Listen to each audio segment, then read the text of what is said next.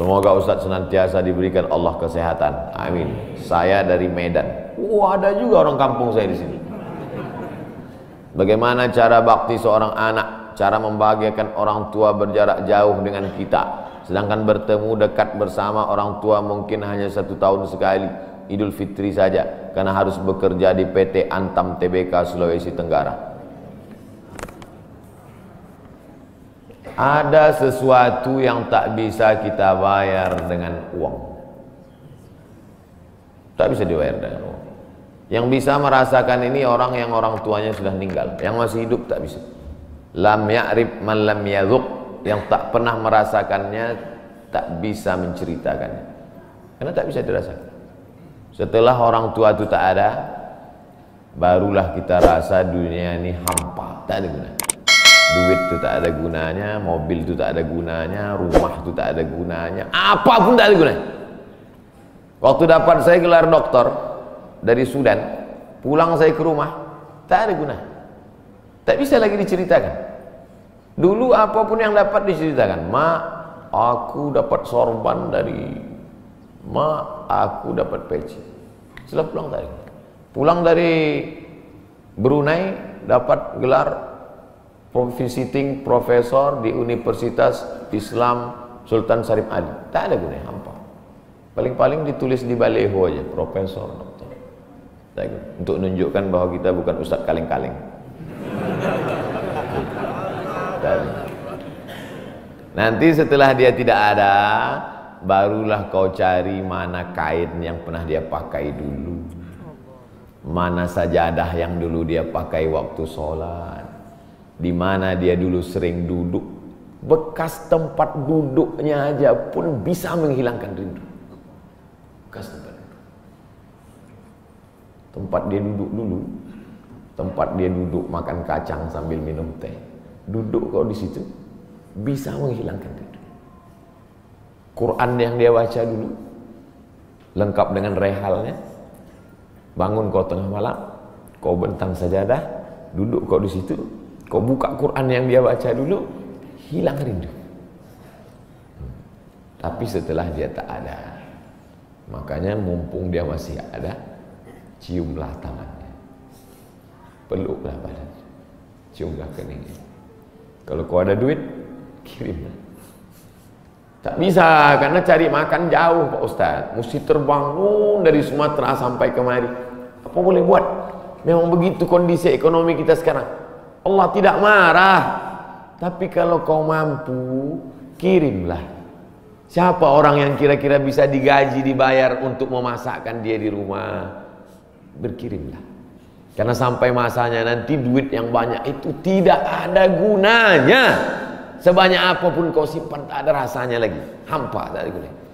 Maka mumpung dia masih ada, Idul Fitri paksa-paksakanlah pulang. Mahal tiket pesawat, tabunglah, teleponlah.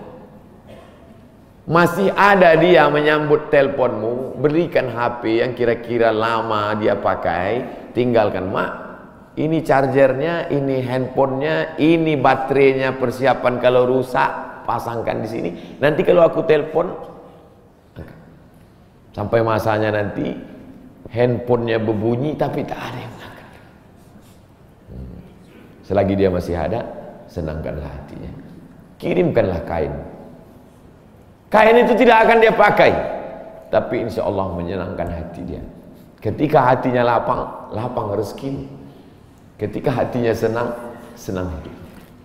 Tapi kalau sudah hatinya sempit, meleleh air matanya rindu karena tak pernah kau telepon, disitulah awal azab Allah datang. Kau akan berenang dalam kesengsaraan. Mudah-mudahan Allah mengampuni dosa kita semua, dosa ibu bapa.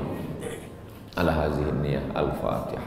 A'udzubillahi minasyaitonir rajim. Bismillah. Alhamdulillah rabbil alamin. Ar-Rahmanir Rahim. Maliki yaumiddin. Iyyaka na'budu wa iyyaka nasta'in. Ihdinas siratal mustaqim. Shiratal ladzina an'amta 'alaihim ghairil maghdubi 'alaihim waladdallin. Amin. Pak Ustadz minta tolong doakan ibu saya sudah lama sakit. Nanti kita doakan di akhir majelis, bukan cuma ibu bapak, ibu-ibu semua kita doakan. Bagaimana niatnya doanya? Bagaimana niatnya doanya mandi tobat? Nawaitu, aku berniat ghuslat taubat, mandi taubat. Saya nggak bisa bahasa Arab Pak Ustaz, bahasa Indonesia, bahasa Makassar, bahasa Jawa, bahasa Batak, bahasa Mandailing, bahasa Aceh. Saya niat mandi taubat karena Allah Ta'ala. Bagaimana cara mandinya Pak Ustaz? Seperti mandi wajib, basah dari ujung rambut sampai ke ujung kaki. Di mana mandinya Pak Ustaz? Di laut bisa. Kolaka ini 30% saja daratan Pak Ustaz, yang 70 adalah lautan. Nah, mandi di laut. Apalagi kalau sampai ke tengah laut, bukan cuma dosanya hilang, orangnya hilang sekali. Mandi taubat. Setelah mandi taubat, salat sunat taubat. Usolli sunnatat taubat raka'ataini lillahi ta'ala. Ayatnya bebas. Ayat apa yang paling panjang? Hafal kau amma yatasaalun? Tidak. Wadduha? Tidak. Kulhu? Hafal apa aja kulhu. Di sujud terakhir banyak berdoa. Berapa kali sholat sunat taubat sehari? Sebanyak-banyaknya. Kami dulu dipesankan guru kami, pagi sholat sunat taubat, siang sholat sunat taubat, petang sholat sunat taubat, sebanyak-banyaknya sholat sunat taubat, sholat sunat taubat, sholat sunat taubat, sholat sunat taubat. Usolli sunatat taubat raka'ataini lillahi ta'ala. Ma min muslimin yudhnibu dzamban, ada orang yang silap salah berbuat dosa. Summa yatatahhar, bersuci, berwudu, mandi taubat. Summa yusalli raka'ataini, salat sunat 2 rakaat. Summa yastaghfirullah, minta ampun kepada Allah. Illa ghafarallahu lah, Allah mengampunkan dosa-dosanya. Apa hukumnya suami menyembunyikan uang dari istri?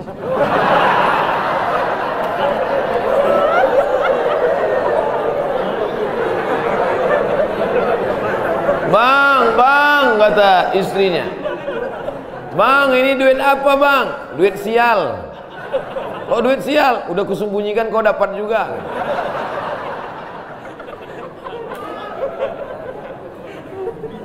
Bapak menikah sama ibu, ibu menikah sama bapak. Apakah hartanya jadi satu atau harta masing-masing?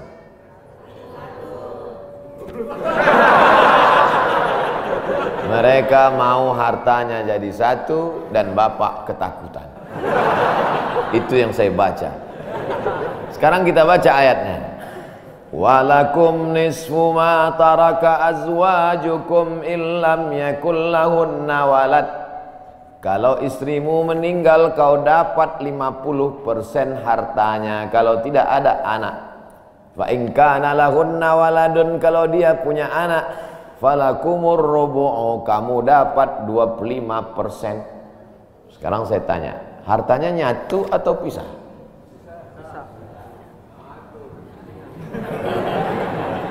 Memang kalau belum sarapan susah nangkap. Saya ulang sekali lagi. Walakum nisfu ma taraka azwajukum. Hai para suami, kamu dapat setengah harta istrimu kalau tidak ada anak. Fa in kana lahunna waladun, kalau ada anak kamu dapat 1/4. Artinya hartanya misal. Harta bapak beda, harta ibu beda. Ibu kerja, punya kebun, punya tanah, punya speedboat, itu harta dia. Bapak punya usaha, harta bapak. Meninggal ibu, 50% untuk bapak. Apa beda harta ibu dengan harta bapak? Di dalam harta bapak ada hak ibu, dalam harta ibu tidak ada hak bapak. Takbir. Saya ulang sekali lagi.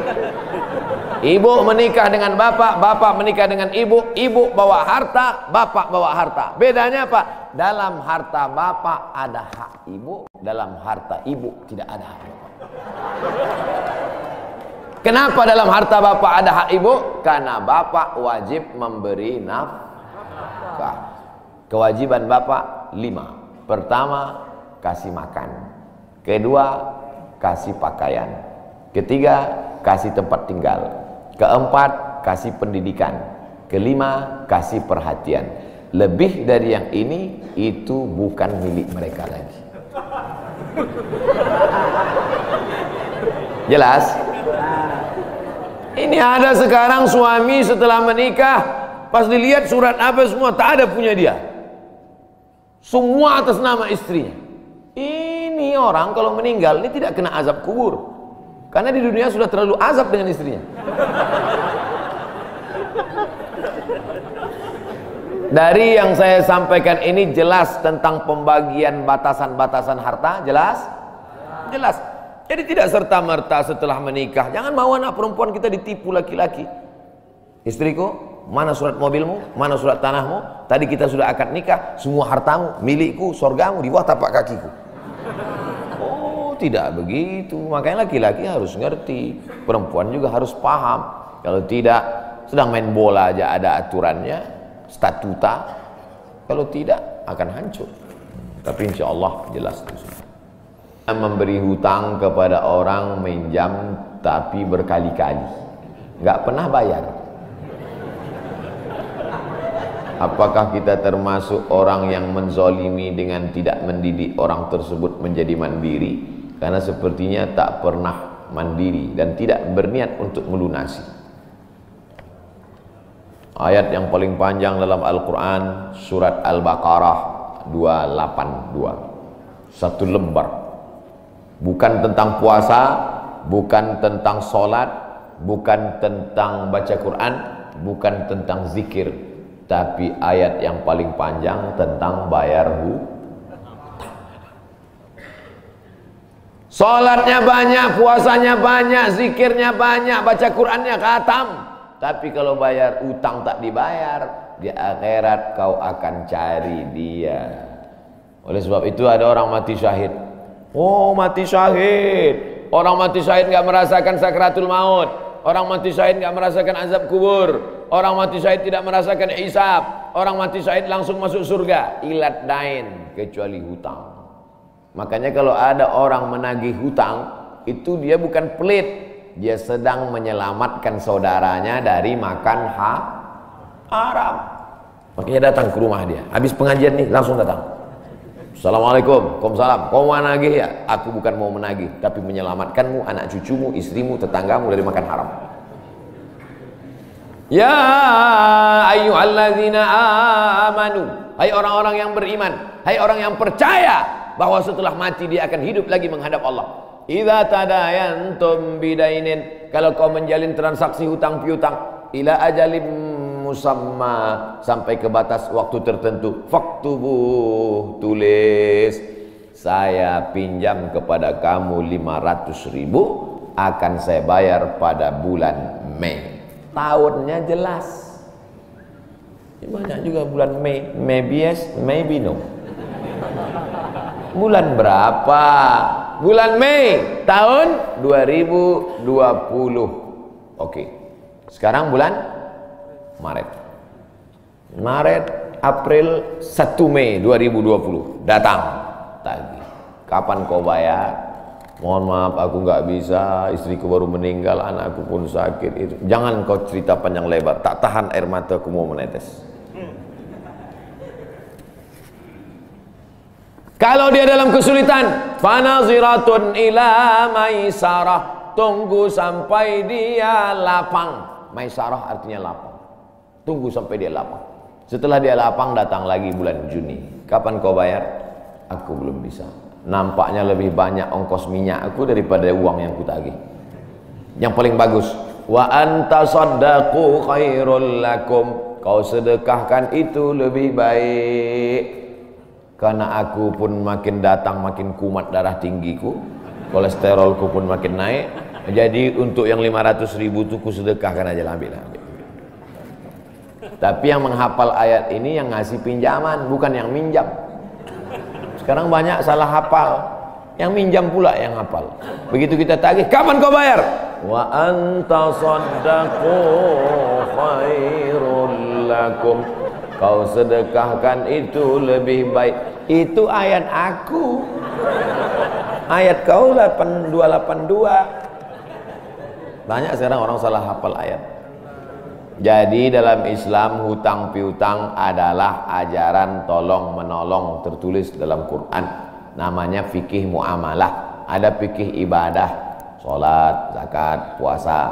Ada fikih jihad, jihad fisabilillah. Ada namanya fikih muamalat. Hutang piutang, gadai menggadai, pinjam meminjam, murabahah, mudharabah, bagi hasil. Maka hutang piutang ini cara tolong menolong, jangan sampai dihilangkan. Tapi kalau tidak mendidik, maka Islam bukan agama yang memanjakan orang. Ada anak yang kurang ajar kepada orang tuanya. Bagaimana caranya berbakti kepada orang tua yang telah wafat? Apakah anak ini masih dapat ampunan Allah Subhanahu wa taala? Datanglah seorang bapak mengadu kepada Umar bin Khattab. Assalamualaikum Khalifah Amirul Mukminin Umar bin Khattab. Waalaikumsalam. Ini anak saya kurang ajar, tolong dihajar dulu. Kata Umar bin Khattab orangnya bijaksana. Dia tidak mau main pukul, dia tanya dulu, kenapa kau kurang ajar pada bapakmu? Hai Umar bin Khattab, kata anaknya, ya. Apakah seorang anak itu punya hak terhadap bapaknya? Ya. Apa hak anak? Mencarikan ibunya yang solihah, memberikan nama yang baik, memberikan makanan yang halal. Itu hak anak. Kata anaknya, ibuku tidak baik, makanku tidak halal, namaku pun tak baik. Apa kata Nabi kepada bapaknya? Apa kata Umar kepada bapaknya? Laqad aqaqtahu qabla an ya'aqqa alaik. Sebelum anakmu durhaka kepadamu, kau sudah durhaka duluan kepada anakmu. Jadi kalau begitu, ada anak durhaka, ada bapak Ini jangan sampai anak bapak tahu. Nanti dia pulang, anak durhaka kok. Dia senyum, kau bapak durhaka. Ibunya tak baik, namanya tak baik, makannya tak baik. Kasih dia nama yang baik, kasih dia makan yang halal.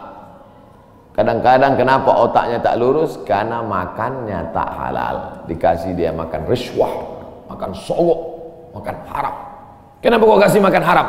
Gimana lah Pak Ustadz, yang haramnya aja pun payah. Astagfirullah. Allah sediakan alam semesta begitu banyak yang halal. Kenapa kau kasih dia makan haram? Jangan pernah kasih anak makan haram. Pesan kakek saya, datuk saya, kalau bahasa kampungnya grandfather. Cucuku 40 orang, yang satu ini jangan sekolah umum. Maksudnya saya tak dikasih sekolah umum, maka saya tak pernah sekolah umum. Sekolah ibtidaiyah, sanawiyah, aliyah, al-azhar, Maroko, Sudan. Tak pernah sekolah umum. Cucuku yang ini jangan sekolah umum, jangan kasih makan haram, nanti otaknya gelap. Cucuku yang ini jangan kalian kasih makan haram, nanti otaknya gelap. Pesan itu disampaikan almarhumah mak saya ke saya. Kau pun nanti anak kau jangan kau kasih makan haram, nanti otaknya gelap. Kalau sudah otak gelap, tak bisa membedakan mana tiang, mana orang. Sifatnya kembali gitu. Nah, jangan sampai anak kita durhaka gara-gara kita bapak yang durhaka. Kalau anak sudah durhaka, meninggal orang tuanya, setelah itu dia bertobat, bagaimana cara minta ampunnya? Maka dia bersedekah. Mana dalilnya? Seorang sahabat datang menjumpai Nabi. Ummi matat, ibu saya sudah meninggal. Afa atasaddaqu anha? Kalau saya bersedekah, apakah pahalanya sampai kepada almarhumah ibu saya? Kata Nabi, tasaddaq, bersedekahlah, sedekahmu sampai. Maka wahai anak-anak durhaka yang sudah mati ibu dan bapakmu, maka datang kau habis pengajian ini langsung ke tempat anak yatim, panti jompo, sekolah-sekolah, pondok pesantren. Tanya Pak Kiai, Pak Kiai, apa yang kurang di pesantren ini? WC. Karena pesantren santrinya 1000, WC-nya 2. Bayangkan panjang antriannya. Berapa yang keluar dalam celana? Saya bangunkan WC, pahalanya mengalir untuk almarhumah. Maka pagi, petang, siang, malam mengalir pahalanya. Sedekah. Ayu sedekatu afdal? Apa sedekah yang paling afdal? Saqiyul ma', memberi air minum. Sedekah yang paling afdal, kasih air minum. Saya ceramah di Banjarmasin, di depan rumah seorang pejabat. Itu ada kulkas, tapi nggak sampai beku, freezer. Setiap dipencet keluar air dingin. Gelasnya dikasih pakai rantai besi, takut dilarikan tukang ambil aluminium. Buat wakaf untuk almarhumah. itu bagus kan. Saya ceramah di Malaysia, di pintu masjid itu ada kotak box. Kalau kita ambil satu botol, keluar botol baru. Ambil satu botol, keluar botol baru. Wakaf untuk itu bagus, sedekah. Jangan sedekah teh botol, nanti dia kena diabetes. Air putih, ini bagus, mengalir. Sedekah sumur bor, pergi ke masjid, putar keran nggak ada air, tanya pengurus masjid, Pak pengurus, ya mana sumur bor? Nggak ada, saya buatkan. Langsung bunyi. Itu berarti cash itu. Begitu cara berbakti pada orang tua dengan sodakoh.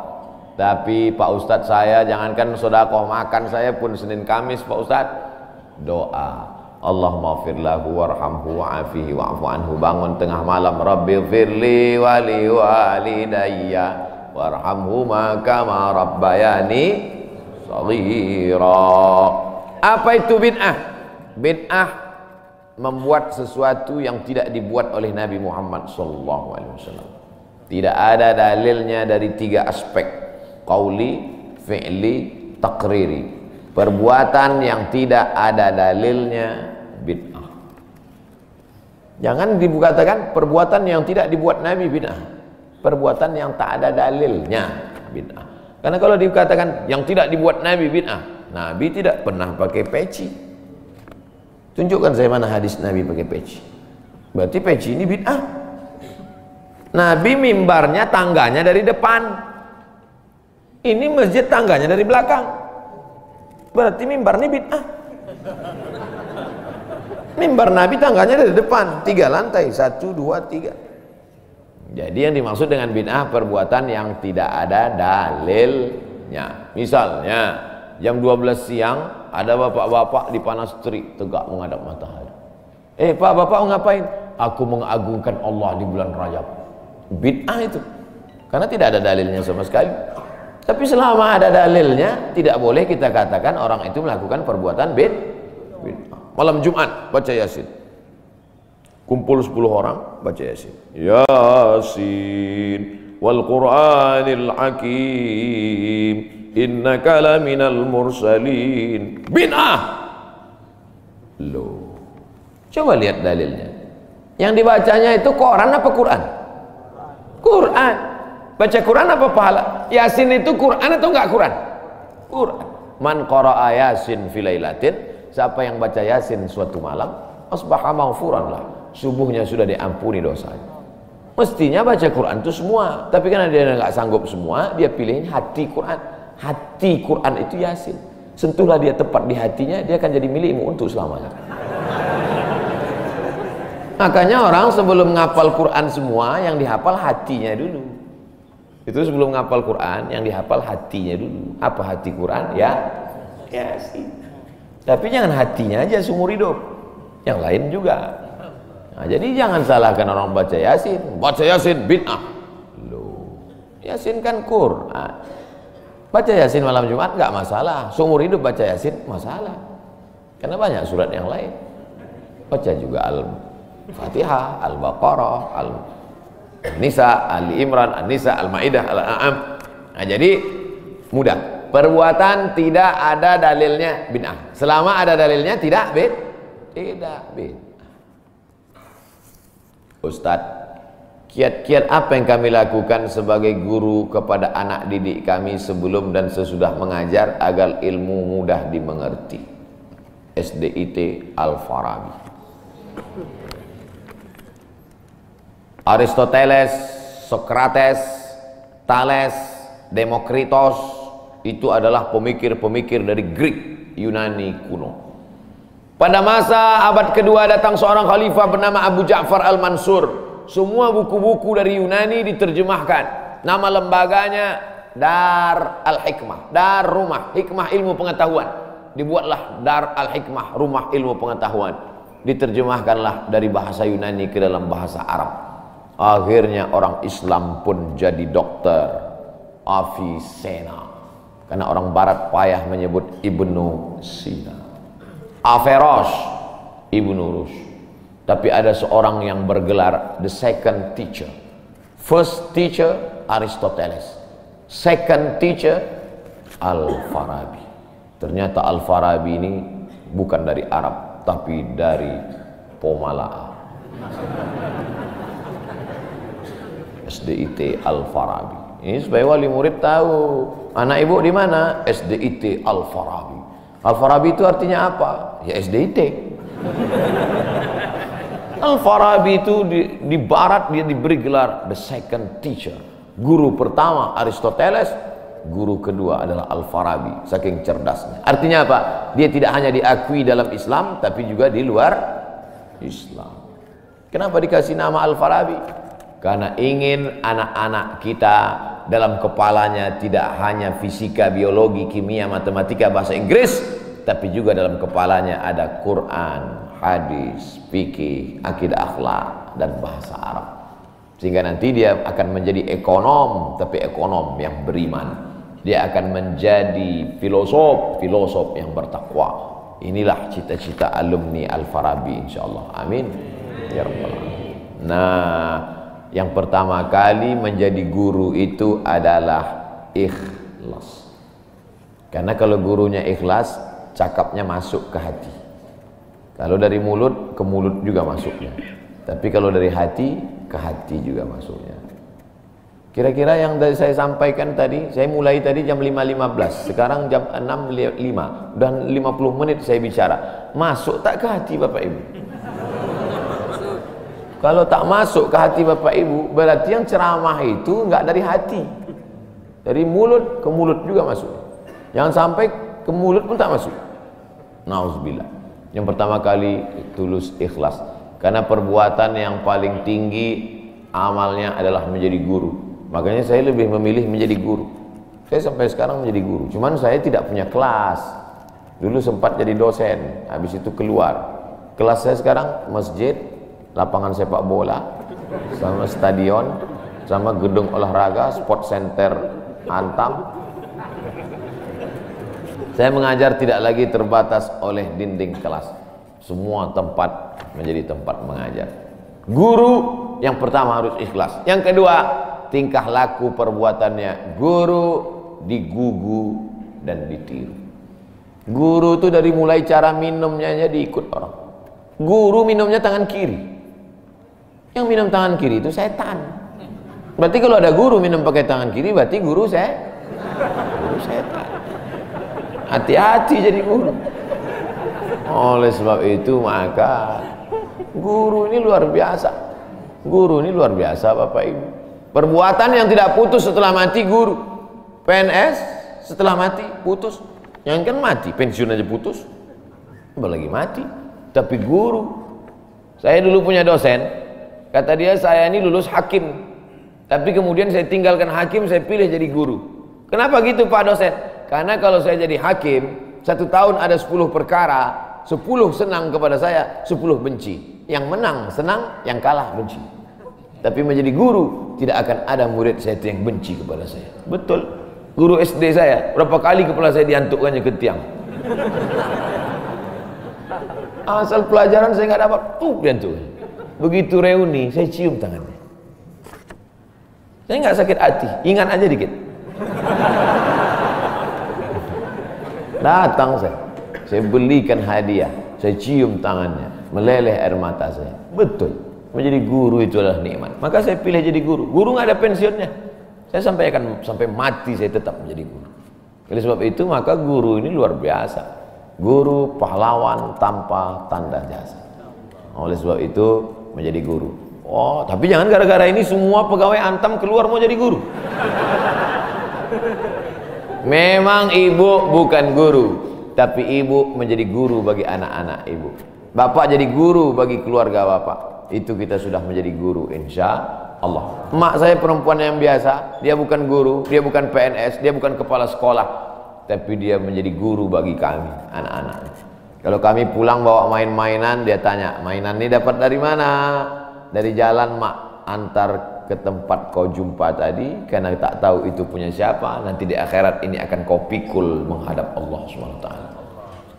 Sampai hari ini kalau ketemu barang-barang di jalan tidak berani bawa pulang, ingat pesan almarhumah emak itu. Mungkin cakap ustaz tidak masuk ke telinganya, tapi kata-kata ibu luar biasa. Saya tidak pernah bercita-cita menjadi apapun. Cita-cita saya dulu cuma satu, bagaimana membahagiakan orang tua. Itu saja. Ya Allah, aku sekolah, tak tahu dulu pulang mau jadi apa. Yang penting bisa membahagiakan orang tua. Itu saja. Jadi setelah itu sampai, ya sudah. Bisa menyenangkan hati orang tua. Bisa, itu saja. Maka selalu saya sampaikan di kampus-kampus kepada mahasiswa, kalian kalau belum bisa membahagiakan orang tua, jangan menyusahkan orang tua. Ini kadang baru ngelihat namanya aja di HP dah kumat darah tinggi emaknya. Kalau belum bisa membahagiakan dia, jangan menyusahkan dia. Maka saya di Mesir 4 tahun tak pernah saya minta duit. Tiba-tiba udah sampai ke Mekah. Mak, aku udah di Mekah. Dari mana kau dapat ongkos? Ada tabunganku sikit-sikit. Pergi ke Makkah, kerja, pulang, bayar hutang. Jangan pernah menyusahkan orang tua. Oleh sebab itu cita-citanya yang pertama mencari ridha Allah. Ridha Allah fi ridhal walidain wa sukhutullah fi sukhutil walidain. Pulang saya ke kampung, saya mau beli tanah berapa meter, ternak lele, tanam cabai, daun ubi, malam mengajar ngaji. Cita-cita saya kecil aja. Tak ada cita-cita mau jadi ustadz viral disambut di airport, tak ada. Terus kata mak saya, masa kau S2 tinggal di kampung, pergilah ke kota.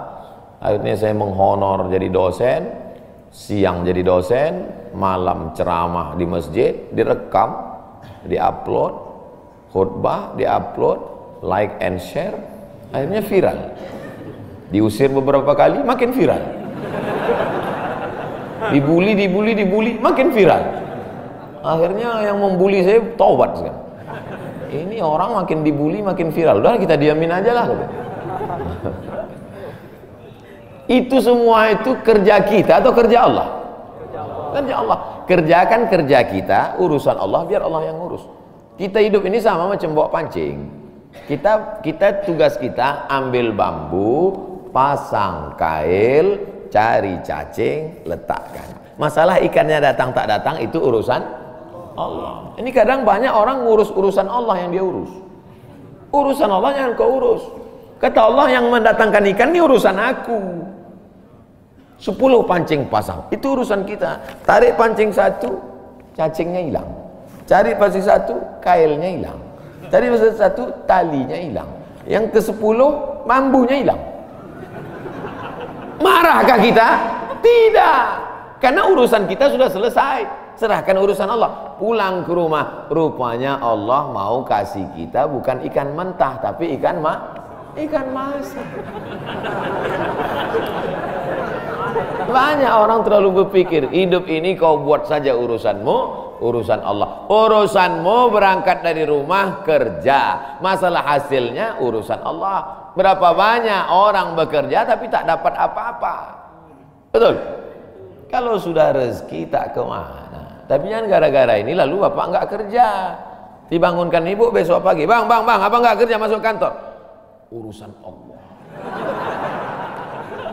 Kalau ada suami ibu seperti itu, ibu jangan marah, biarkan aja.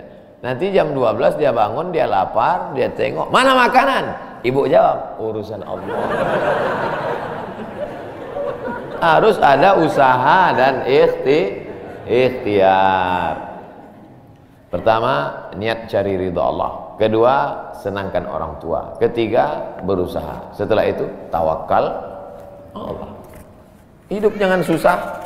Hidup sudah susah, jangan bikin susah. Hidup sudah pahit, jangan minum kopi pahit.